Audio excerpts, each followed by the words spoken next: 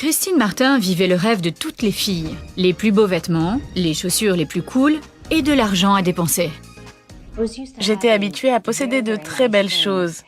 Mais à vrai dire, c'était les choses qui me possédaient.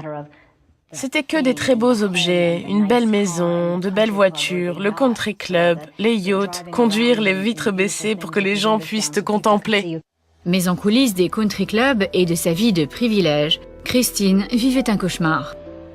J'ai été victime de violences depuis mes 3 ans, jusqu'à mes 13 ans. Ça a duré très longtemps. C'était violent, pas agréable du tout, et surtout très embarrassant. C'était continuel, et ça n'arrêtait jamais.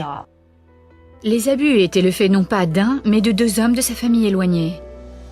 Et Christine n'en dit jamais rien. À l'intérieur de moi, je voulais crier et hurler ce qui m'arrivait pour demander de l'aide et pour que tout s'arrête, mais il me disait « Ne dis rien à tes parents, personne ne doit savoir, c'est notre secret. » Si les violences physiques cessèrent après un temps, la souffrance émotionnelle de Christine ne fit qu'empirer. J'étais très abîmée, blessée, brisée et seule. Insignifiante aussi parce que je croyais que personne ne voulait de moi. Et alors qu'elle croyait ne pas pouvoir aller plus mal, Christine fut violée par un étranger lors d'une fête. Elle avait juste 16 ans. Ça m'a fait revivre le même sentiment horrible, sale et dégoûtant, et la même immobilité capturait tout mon être.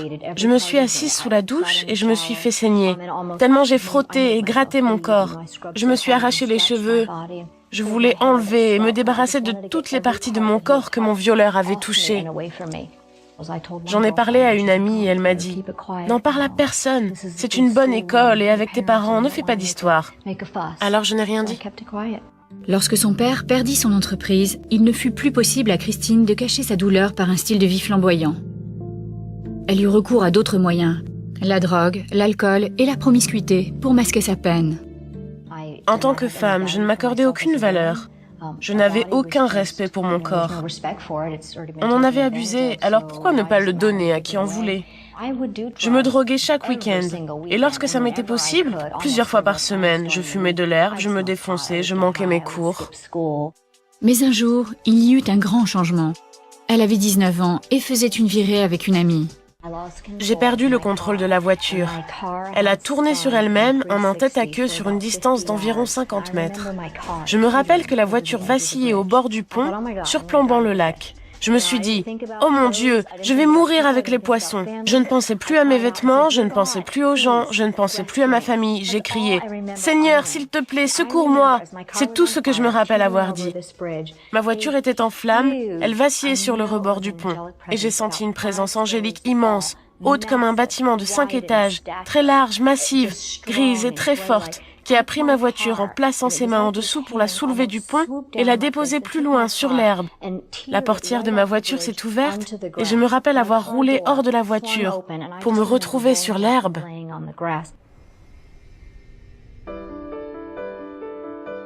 Allongée sur l'herbe, elle pensa à l'ange qui avait mis sa voiture en sécurité. Puis elle se souvint qu'enfant, elle allait à l'église.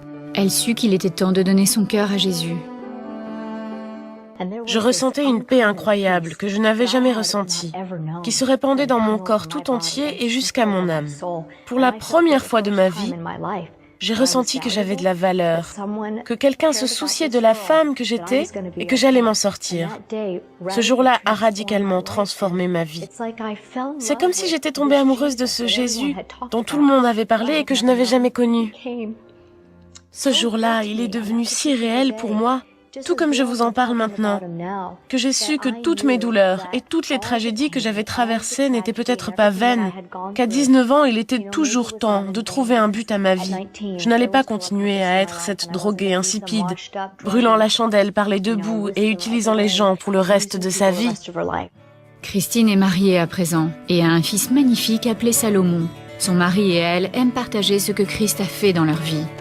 Ma vie est magnifique, et c'est parce que je sais qui je suis en Christ. Jésus est devenu mon ami. Il est tellement réel pour moi. Il est la raison pour laquelle je fais ce que je fais, pour laquelle je respire. Je vis, j'existe. Et tout cela parce qu'il m'a montré sa grâce. Vous avez vu que ce secret a vraiment dérangé Christy. Elle a gaspillé sa vie. On peut gaspiller sa vie par ses mauvais choix, les mauvaises compagnies, gaspiller ce précieux temps qu'on a pour vivre. Mais Dieu, dans sa souveraineté, peut faire grâce encore. Si vous avez la chance d'avoir encore le souffle de vie, c'est le moment de donner votre vie à Jésus et recommencer à zéro. Certains disent, c'est le Dieu de la seconde chance. Moi, je dis, il est le Seigneur qui fait naître de nouveau. Parce que ses bontés ne sont pas épuisées, elles se renouvellent chaque matin. Vous pouvez encore recommencer, relever la tête, être digne, être la femme ou l'homme digne que Dieu veut que vous soyez. Pouvoir travailler encore, aider encore les autres, exercer un bon métier, impacter votre génération. Mais cela n'est possible qu'avec un seul, le Seigneur de la vie, Jésus-Christ. Vous pouvez avec lui retrouver cette vie à l'endroit, puisqu'elle était à l'envers, avec toutes sortes de mauvaises choses. Jésus est réel et il est vivant. C'est aujourd'hui la décision qu'il vous faut prendre. Si vous êtes dans le cas de Christi, si vous avez traversé des choses, si vous ne saviez plus où aller, c'est le moment de dire, Jésus, je suis fatigué, je dépose tout à la croix et l'accepter comme Seigneur et Sauveur, de façon sincère.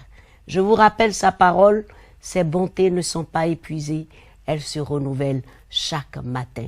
C'est le moment de prendre cette bonté de Dieu et dites tout simplement, Jésus-Christ, je t'accepte dans ma vie aujourd'hui, comme maître, comme Seigneur, comme Sauveur. Pardonne-moi tout ce passé gaspillé et reçois-moi pour la vie nouvelle. Je te remercie Jésus, à partir d'aujourd'hui, je t'appartiens. Et c'est vrai, si vous lui appartenez, il dit, il prend soin de ceux qui lui appartiennent. Et que Dieu vous bénisse et plongez dans la parole de Dieu pour connaître ce Sauveur merveilleux.